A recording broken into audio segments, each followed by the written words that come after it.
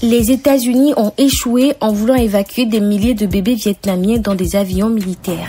L'opération Baby Lift est l'une des histoires les plus bouleversantes de la fin de la guerre du Vietnam. En avril 1975, la guerre du Vietnam touche à sa fin. Saigon est sur le point de tomber aux mains des forces communistes. Les Américains fuient le pays, mais ils ne veulent pas laisser les orphelins derrière eux, surtout ceux qui ont du sang américain. Face à cette urgence, le président américain lance l'opération Baby Lift. L'objectif était d'évacuer des milliers d'enfants vietnamiens vers des pays occidentaux pour les protéger du chaos imminent. Le 4 avril, le premier vol décolle de Saigon. Mais 12 minutes après le décollage, c'est la tragédie. L'avion militaire C-5 Galaxy s'écrase à cause d'un problème technique. Le bilan est lourd, 138 morts, dont 78 enfants. Mais malgré ce drame, les évacuations continuent. Au total, plus de 3000 enfants ont été évacués vers les États-Unis, la France, le Canada et l'Australie. Mais une controverse est née après cette opération. En effet, tous les enfants n'étaient pas vraiment orphelins. Certaines familles pensaient les récupérer plus tard. D'autres ont été trompées